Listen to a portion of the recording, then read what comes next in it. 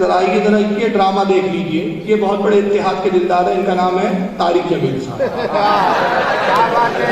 یہ بڑے رو رو کے اتحاد کی بات کرتے ہیں. ہم نے کہا اتحاد کی ضرورت ہے, بالکل امت میں آج اتحاد کی ضرورت ہے. امت پیسی جا رہی ہے, دشمن ہم پہ دن بدن حاوی ہوتا جا رہا ہے, مگر وہ اتحاد ہمیں منظور نہیں. ہمیں کٹنا تو گوارا ہے, لیکن عظمت مصطفیٰ کا سودا کرنا ہمیں گوارا ہے. اگر اتحاد چاہتے ہو تو ان گستاخیوں سے پہلے توبہ کرو. نعرہ رسالت, عشق محبت, عشق محبت, مسلک اعلیٰ حضرت, علماء اہل سنت, فاروق خان رضوی صاحب.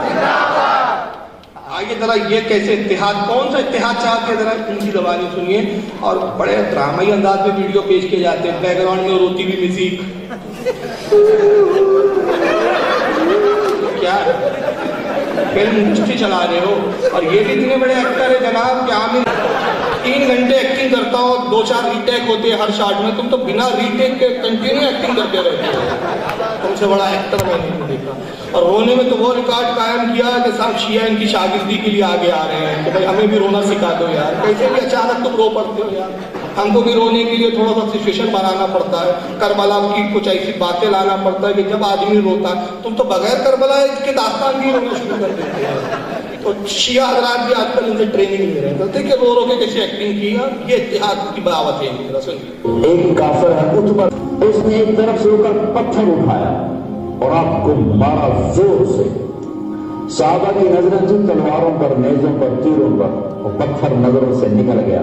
لہذا وہ ان کے اندر کو چیرتا ہوا جا کر میرے نبی کے منہ پر جمع لگا, اور اب سیدھا پیچھے ایسے گئے. پیچھے کیوں؟ پیچھے کھڈا تھا. آواز سمجھ میں آ رہی ہے نا؟ ایک کافر نے غزوہ احد میں رسول اللہ کو پتھر مارا. یہ پوری ایکٹنگ کر کے بتایا پتھر کیسے مارا, رسول سب بتا رہا ہے. وہ یہاں گردن میں دام بھی ٹوٹ گئے,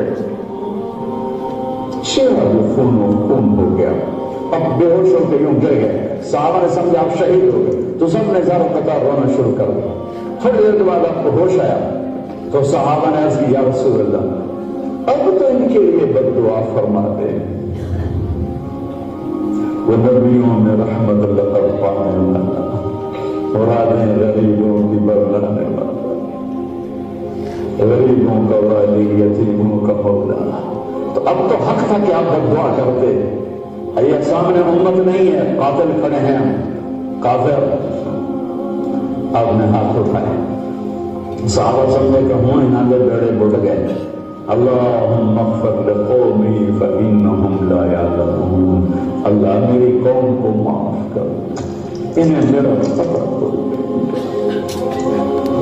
دیکھو میرے بھائیوں, جس نے کافروں کے ساتھ یہ ہمدردی کے قتل کرنے والوں کے لیے دعا مانگی, تو مسلمان ہو کر ایک دوسرے کو سلام کرنا چھوڑ چکے, ایک دوسرے کے پیچھے نمازیں پڑھنا چھوڑ چکے, ایک دوسرے پر کفر کے فتوے لگا کر بیٹھے ہوئے. مجھے بتاؤ تم میرے نبی کے ساتھ کیا کر رہے ہو؟ بڑے رو کے انہوں نے ایموشنل بلیک.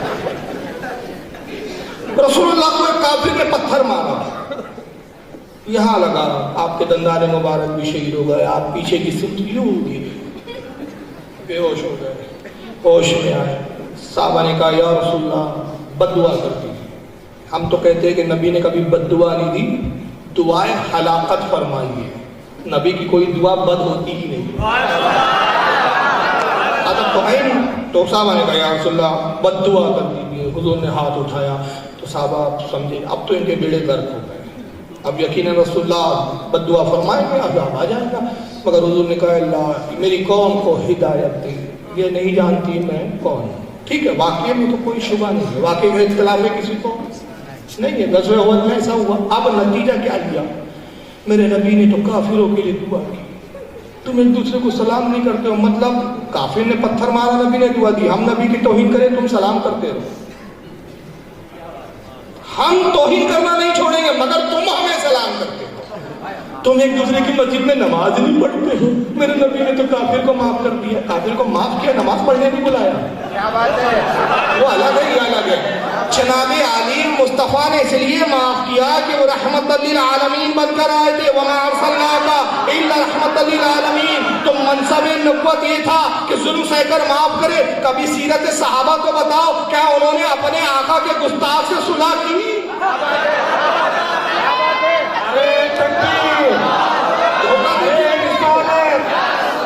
عشق محبت عشق محبت مسلک اعلی حضرت علماء اہل سنت. کیا صحابہ نے کمپرمائز کیا؟ کیا کافر جو نبی کو پتھر مارتے تھے تو صحابہ سلام کرنے جاتے تھے؟ کیا ان کو دعوتوں میں بلاتے تھے؟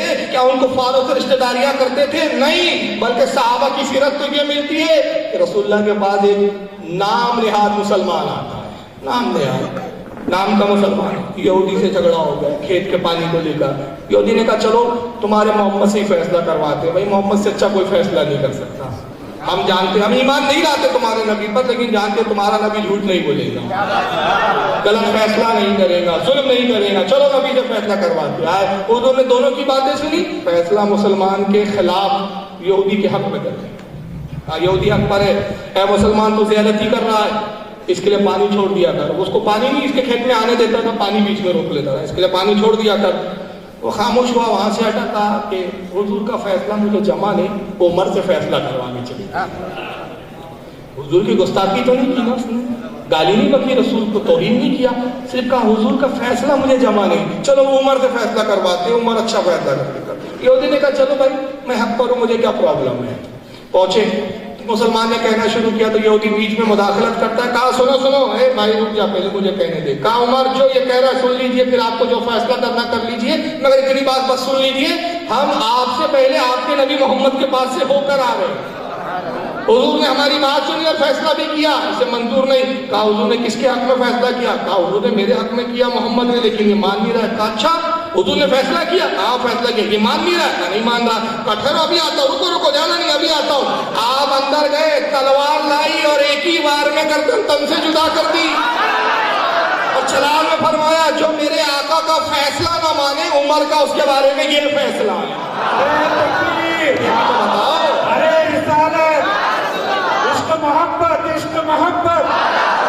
میں اس کو یوں کہتا ہوں، بس ایک مثال سے پیش کر رہا ہوں. میرے باپ کو ایک شخص گالی دیتا ہے برسر بازار، میرا باپ حلیم ہے، میرا باپ کریم ہے، میرا باپ رحم دل ہے، میرے والد صاحب بڑے نرم مزاج ہے، گالی بکنے والے کو بھی مسکرا کے جواب نہیں دیتے، خاموش ہے، چپ ہے، سن رہے. میرے باپ کی ظرافت ہے، شرافت ہے کہ ایک گالی بک رہا ہے بازار میں، لیکن میرے والد خاموش ہے. لیکن میں بیٹا ہوں، میری کیا ذمہ داری ہے؟ کیا اپنے باپ کو گالی بکتے ہوئے سنتا رہوں؟ کیا اپنے باپ کو گالی دینے والے کو معاف کرتا رہوں، کھانے پہ بلاؤں، دعوت دوں، اس سے رشتہ داریاں کروں؟ نہیں. اگر میں اپنے باپ کا اچھا بیٹا ہوں تو میں نکالوں گا تلوار اور خنجر لے کے اس کی ایسی تیسی کر دوں گا. کہیں گا مردود، میرا باپ تو کریم و حلیم ہے، لیکن میرے باپ کی توہین میں برداشت کرنے والا نہیں.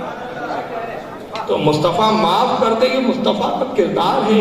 مگر تم مسلمان ہو، تمہارا کیا کردار ہونا چاہیے؟ تم کہتے ہو کافر گستاخی کرتے رہو حضور معاف کر دیتے، تم سلام نہیں کرتے ہو. یعنی ہمیں گستاخ تو رہنے دو مگر سلام کرتے رہو.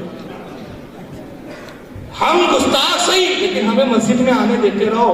تو جب تم مانتے ہو جناب کہ تمہیں سلام اس لیے نہیں کیا جاتا کہ تم گستاخ ہو، تو توبہ کر کے سنی کیوں نہیں بن جاتے ہو؟ گستاخیوں پہ اڑے کیوں؟ پھر انہوں نے اتحاد کا ایک دوسرا پہلو پیش کیا. یہ اس طرح سے گمراہ کن اتحاد کی بات کرتے ہیں. یہاں بھی ان کو شرم نہیں آتی، ان کے بڑے بڑے علامہ کیسے جھوٹ بولتے ہیں یار قرآن اور حدیث کے شریعت کے نام پر. مجھے تو بڑا تعجب ہوتا ہے کہ ان کو اللہ کا نہ خوف ہے. اعلیٰ حضرت نے کہہ دیا شرم نبی خوف خدا یہ بھی نہیں ہوگی. اور دیکھو یہاں بھی اتحاد کی بات میں ایک واقعہ پیش کیا انہوں نے، اور کیا جھوٹ کیسا بول رہا ہے اس میں دیکھیے سنیے. میرے نبی تو غیروں کو اپنا بنانے آئے تھے، ہم نے اپنوں کو غیر بنایا. میرے نبی تو غیروں کو اپنا بنانے آئے تھے، وہ کافر تھے، گستاخ نہیں تھے. اور تم نے اپنے کو، تم اپنے ہو ہی کب؟ جب گستاخ ہو تو اپنے کہاں رہے؟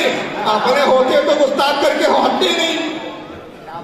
تم اپنے تھے نہیں اس لیے تو گستاخ ہو کے ہٹ گئے. تم نے بحث لا لی نا، بحث ہٹا رہی رہے ہو نا. تم بحث ہٹا دو، جھگڑا ختم ہو جائے گا. تیرے بحث رہیں گی، ہم تو اپنے کو بنانے آئے تھے. رہنے دو بحث، بحث نہیں رہنے دی جائے گی بھائی. بحث کو ہٹاؤ پہلے. سارے معاملے سلجھ جائیں گے.